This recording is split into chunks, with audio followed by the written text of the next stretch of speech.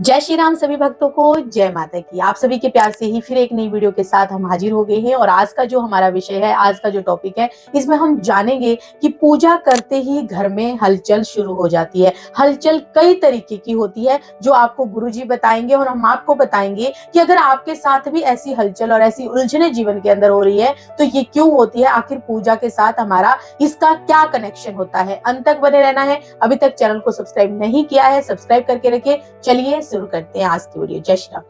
जय श्री राम, जय श्री बालाजी और जय माता।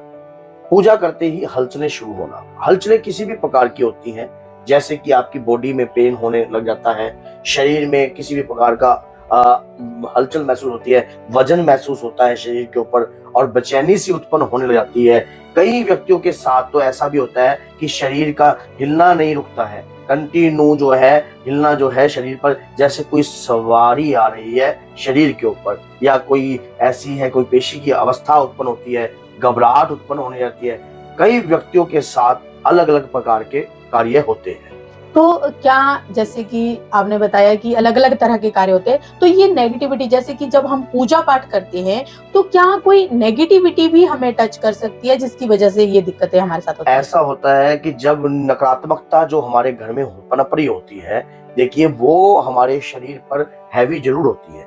जैसे ही आपने कोई मंत्र का जाप प्रारंभ कर दिया अपने अंदर से, या कोई दिव्य पाठ आप प्रारंभ कर रहे हो, तो जो घर में रहने वाली इतने समय से जो नकारात्मकता होती है, पनप रही होती है, उसको बेचैनी उत्पन्न होती है। तो वो जो व्यक्ति पूजा पाठ कर रहा है उसके शरीर पर आकर वो प्रभाव करने लग जाती है। उसी प्रकार का प्रभाव होता है। वो व्यक्ति को फिर ये महसूस होता है कि मेरे शरीर के साथ जो हो रहा है वो उचित नहीं है, कुछ अलग ही हो रहा है। ये कहाँ से है, कहाँ से लगी है, किस जगह से आई है। क्योंकि अगर आप इतने समय से अपने घर में रह रहे हो, तो अगर कोई व्यक्ति अगर आपको आपके घर से निकालेगा तो आप क्या एकदम से निकल जाओगे? नहीं निकलोगे। क्वेश्चन करोगे, सवाल करोगे, पूछोगे। इसी प्रकार से अगर अचानक ही सडनली आप अपने घर के अंदर पूजा करनी स्टार्ट कर देते हो, जो घर में रहने वाली नेगेटिव एनर्जी होती है उसको बेचैनी उत्पन्न होती है। और वो बेचैनी किसी भी प्रकार की उत्पन्न हो सकती है, किसी भी तरीके की हो सकती है। वो आपके शरीर पर भी बेचैनी कर सकती है, ताकि आप इस पूजा को बंद कर दो। तो क्या, जैसे कि ये नेगेटिविटी जो है, क्या हमारे पितृ भी जो है हमारी पूजा के अंदर जो हलचलें होती है एकदम से, क्या उसमें उनका भी कोई रोल होता है? इसका भी रोल होता है बहुत ही, क्योंकि जो पितृ होते हैं, जैसे कई पितृ अकाल मृत्यु के दौरान मरे हुए होते हैं, तो वो क्या होता है, काफी लंबे समय से हम उनकी क्रियाकलाप तो करते हैं, लेकिन किसी तंत्र के तहत कोई मरा है, या कोई किसी ने सुसाइड किया है, या किसी ने अपनी अल्प आयु के अंदर अपने शरीर का त्याग कर दिया, किसी प्रकार से गलत रास्ते पे चलकर एक्सीडेंट हो गया, या किसी अभद्र शक्ति के तहत कोई मारा गया हो, तो ऐसे जो होते हैं कुछ पितृ जो होते हैं वो प्रेत योनि को प्राप्त होते हैं, मरने के बाद प्रेत योनि में चले जाते हैं। जिसके कारण जब हम घर में कोई भी आध्यात्मिक कार्य करने लग जाते हैं, या कोई भी मांगलिक कार्य घर में प्रारंभ करते हैं, तो ये हमारे शरीर पर आकर वैसा ही प्रभाव छोड़ते हैं जिस अवस्था में ये गए हुए होते हैं। जैसे कि किसी के मान लो जी किसी कोई दम घुट के मरा है, तो शरीर पर जब वो प्रभाव आएगा तो उसी प्रकार से उसका प्रभाव जो है बॉडी पर, उसी प्रकार का रिएक्शन जो है शरीर पर आने लग जाएगा। लेकिन इसको समझने के लिए कई बार ऐसा होता है कि तंत्र के तहत भी कोई चीज भेजी हुई होती है। जब तंत्र के तहत कोई चीज आपके घर में भेजी हुई है और काफी लंबे समय से वो घर में रह रही है, आपके पितरों तक वो कोई भी कार्य नहीं पहुंचने देती है। जैसे ही आप पितरों के नाम का कोई अंदाना निकालते हो, कुछ भी कार्य करते हो, तो आपके पितरों तक कुछ भी नहीं जाता है, तो वो नंगे के नंगे रह जाते हैं, उनको कुछ प्राप्त नहीं होता है। क्योंकि वो प्रेत जो आपके घर में रह रहा है ऑलरेडी, वो सब कुछ उस चीज का भक्षण कर लेता है। तो आपके पितरों तक जब कुछ पहुंचता ही नहीं, तो पितर सॉलिड नहीं होते, पितर बलवान नहीं होते, तो जिस प्रकार से क्या है आपके घर की रक्षा भी नहीं होती है।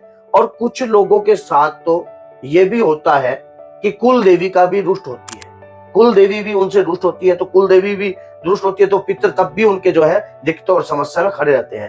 पूजा करते ही अगर इस प्रकार की अवस्था उत्पन्न होती है, अगर इस प्रकार की हलचलें उत्पन्न क्या होती क्या से कौन कौन से सिम्टम और कौन कौन से रिएक्शन जो है पूजा करते हुए होंगे जो आप बता रहे हैं? ऐसा होता है कि जब हम पूजा करना स्टार्ट करते हैं तो शुरू घर के अंदर कलेश उत्पन्न होने लग जाता है।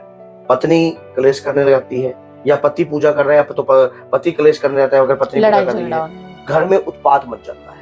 घर के अंदर कोई भी मांगलिक कार्य, जैसे कि हवन प्रदिति का कार्य कोई भी कर रहे हो, वो उत्पन्न नहीं होता है। तो उस दौरान क्या होता है कि जैसे ही आप पूजा करते हो, पूजा करते हुए आपका सिर का भारी होना, बहुत सारे व्यक्ति लाइव में क्वेश्चन भी करते हैं कि पूरा करते हुए हमारा सिर फटने को जाता है, जैसे किसी ने बहुत कई हजार गुना वजन हमारे सिर पर गिर दिया।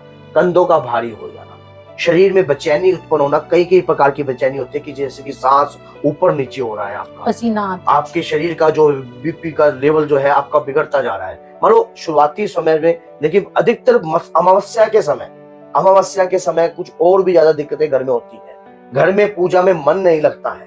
जैसे आप पूजा पाठ कर रहे हो, करते करते करते करते आप फोन का भी यूज कर रहे हो, ध्यान आपका भटका रहेगा, तो ऐसी अवस्थाएं आपकी वो लगन नहीं लग पा रही है जो इष्ट के साथ लगनी चाहिए। तो ये घर में नकारात्मकता के संकेत है।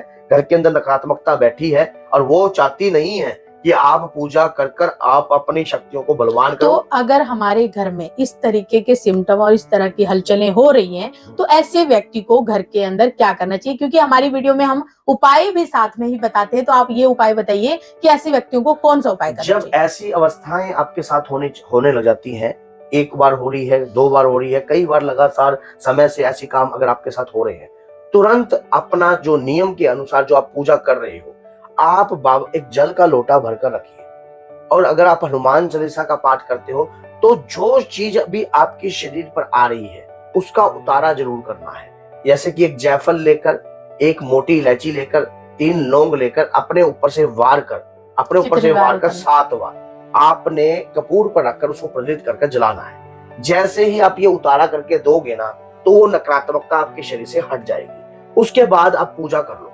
उसके बाद आप पूजा करो, आपका शरीर बिल्कुल हल्का रहेगा, क्योंकि आप अपने शरीर का उतारा कर रहे हो। मैं पीछे लाइव आया था पहले, कुछ दिनों पहले, मैंने बताया भी था कि अपना उतारा, जैसे कि लौंग, जो राई और काली मिर्च, इस प्रकार से मैंने उतारे के लिए बताया था बहुत सारे भक्तों को। अगर उन्होंने नहीं देखा तो उस लाइव में पूरी डिटेल में बहुत लंबी वीडियो बना रखी है, आप देखना, और समझा भी रखा है। तो इससे अगर हम उतारा करते हैं, जो शरीर पर आने वाली जो भी अभद्र शक्ति है या कोई भी मलिन शक्ति, अगर कोई भी अकृत रूप की आत्मा या कोई प्रेत आत्मा जब शरीर पर आ रही है, तो वो क्या है, भोग को ग्रहण कर रही है। भोग को ग्रहण कर रही है तो आपके शरीर के ऊपर वो भोग ग्रहण कर रही है, तो उसके बाद वो भोग लेकर वो चली जाएगी, क्योंकि आपने वो जो भोग दिया ना वो उसको पसंद नहीं आएगा। क्योंकि जब आप शुरुआती तौर पर करोगे तो उसको बेचैनी उत्पन्न होगी। तो उस दौरान आप पूजा को करते रहिए, अपनी जो भी नियम से कर रहे हो, और उसके बाद उस उतारे को प्रज्वलित कर उसको गंदगी वाली जगह पर डालिए। अगर मान लो आपको ज्यादा बेचैनी होती है, तब आप इस प्रकार का उतारा जो है करना ही चाहिए। अगर जो नॉर्मल बेचैनी है, जैसे कि शरीर के अंदर कोई हलचल है, कोई आपको लगता है कि जैसे कि कोई है, अब ये मुझे नहीं पता कि देवता है या प्रेत है या कोई पितर है, तो जल का लोटा लेकर ओक का इस प्रकार से पान कर उसे पिलाइए पूजा करने के बाद, ताकि उस आत्मा की सदगति हो सके, आपका जीवन भी स्वर्ग बन सके, और उस आत्मा को शुद्धि भी प्राप्त हो, और वो आपके ऊपर उपकार भी करे। देखिए कई बार क्या होता है, कई व्यक्ति सोचते हैं कि अगर शरीर पर कोई चीज आ रही है तो वो गलत है। देखिए परमात्मा का ही रूप होता है, कुछ जो भी चीजें है परमात्मा का ही रूप है, चाहे वो प्रेत है चाहे वो आत्मा है तो परमात्मा की, क्योंकि इनका एक ही चीज से रिश्ता है, परमात्मा से, और परमात्मा के सूक्ष्म रूप है। इसी प्रकार से इनसे निंदा नहीं करनी है। ये प्रेत योनि के कारण आपको तंग करते हैं, परेशान करते हैं। अब जिनके साथ बीत रही होती है, जैसे कि अब कई लोग इस प्रकार का कमेंट भी कर सकते हैं कि मान लो कि ये तो सब झूठ होता है, ऐसा कुछ नहीं होता है, लेकिन जिसके साथ बीतती है असली दर्द उसी को जानता है। जिसका कोई मरा ही नहीं, उसको मरने की फीलिंग का क्या पता। जिसका कोई नजदीक से गया होगा तभी उसको पता होगा कि ये दर्द क्या होता है। जो इस अवस्थाओं से गुजर रहे हैं या जिनके साथ ये चीजें हो रही हैं, वो इस चीज को भली भांति जानते हैं, तो उनके साथ ये दिक्कतें क्यों हुई और किस कारण से हुई।